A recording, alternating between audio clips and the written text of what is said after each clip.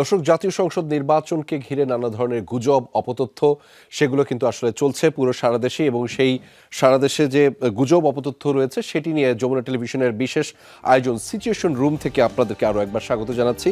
এবং সিচুয়েশন রুমের মাধ্যমে আমরা যে গুজব এবং অপতথ্য রয়েছে সেগুলো আসলে কাউন্টার করা হয়, প্রতিরোধ করা হয় এবং দর্শকদেরকে জানান দেওয়া হয় যে আসলে কি ঘটছে মূলত। এবং জাতীয় সংসদ নির্বাচন ও গণভোট সামনে রেখে সারা দেশেই যে ভোটের হাওয়া বইছে, সেই ভোটের হাওয়ার মধ্যেও যে গুজব অপতথ্য ঢুকে গেছে সেগুলোই আসলে আমরা আমাদের এই ডিসমিস ল্যাব এবং যমুনা টেলিভিশনের মাধ্যমে কাউন্টার দিয়ে থাকি। এবং আমাদের সাথে দেশের একদমই প্রতিষ্ঠিত একটি যে গুজব অপতথ্য যারা প্রতিরোধ করেন সেরকম একটি প্রতিষ্ঠান যুক্ত রয়েছেন, ডিসমিস ল্যাব। তাদের একজন কর্মী অর্থাৎ রিসার্চ কোঅর্ডিনেটর তামারা ইয়াসমিন তমা, তিনি আমাদের সাথে যুক্ত রয়েছেন। তার মাধ্যমে জানবো আসলে কি ধরনের কার্যক্রম রয়েছে। তমা, আপনাকে স্বাগত জানাচ্ছি সিচুয়েশন রুমে, যমুনা টেলিভিশন এবং ডিসমিস ল্যাবের যেই কার্যক্রম, সেখানে আপনার কাছে যে প্রথম প্রশ্নটি থাকছে, নির্বাচন সম্পর্কিত যেসব অপতথ্য ছড়াচ্ছে সেখানে নতুন কোনো ট্রেন্ড আপনি দেখতে পাচ্ছেন কিনা সেটি একটু জানাবেন, আপনার মাধ্যমে জানাতে চাই দর্শকদের। তমা। জি, ধন্যবাদ।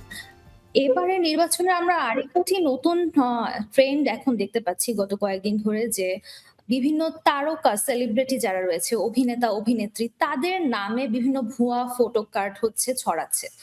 আমরা যেমন দেখেছি মোশাররফ করিম কিংবা মেহজাবিন চৌধুরী, ওনারা তো বেশ বড় মাপের সেলিব্রিটি ইনফ্লুয়েন্সার।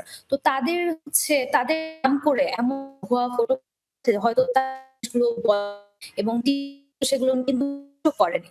এবং এদের কিন্তু একটা হিউজ ফ্যান ফলোয়ার থাকে। আপনি ফেসবুক স্ক্রল ডাউন করছেন, আপনার প্রিয় তারকা সেখানে দেখছেন, আপনি হলেও ওটা মানে দেখবেন যে ওনারা কি বলছেন, কোন দলের পক্ষে বলছেন বা কোন দলের বিপক্ষে বলছেন।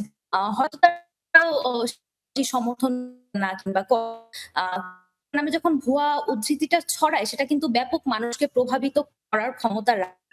তো এটি আমরা দেখি, নিজেরাও যাচ্ছে, অন্যান্য প্রতিষ্ঠানগুলো দেখছে এই ধরনের গুলো। এটা আমার কাছে মনে হয়েছে দেখা যাচ্ছে যে বিভিন্ন এবং ইনফ্লুয়েন্সারদের নামে ভুয়া উদ্ধৃতিটা যে ছড়ানো হচ্ছে দলের পক্ষে বিপক্ষে।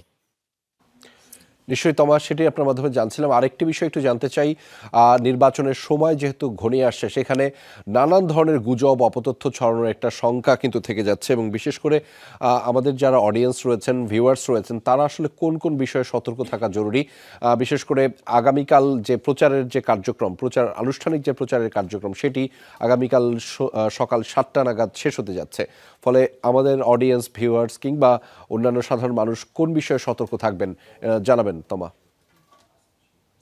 জি, যখন আর কি আমাদের এই অফলাইন প্রচারণাটা বন্ধ হবে, সবাই কিন্তু অনলাইনের দিকে একটু বেশি ঝুঁকে যাবে। আর অনলাইনে যখন জিনিসটা আসবে, তখন কিন্তু আর কি প্রচারণাটা দেখা যাবে যে অপতথ্য সবাই আরো বেশি ছড়ানোর চেষ্টা করছে। এবং এবার ইলেকশন ইস্যু কিন্তু বেশ সাড়া তৈরি করছে। একটা হচ্ছে নারী কেন্দ্রিক ইস্যু এবং আরেকটা হচ্ছে ধর্ম বিষয়ক ইস্যু।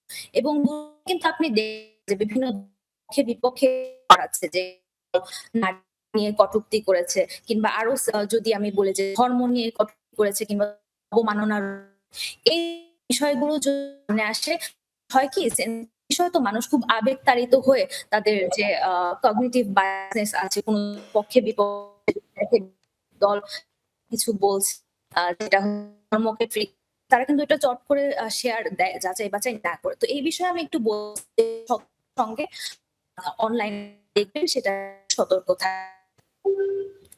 জি, তোমার আপনার মাধ্যমে জানছিলাম। এবং আপনি একটি কথা বলছিলেন যে গুজব ছড়ানোর ক্ষেত্রে যে আবেগতাড়িত করা হয় বেশি, এবং সেটি আসলে জানছিলাম। ধন্যবাদ তোমা আমাদের সাথে যুক্ত হওয়ার জন্য।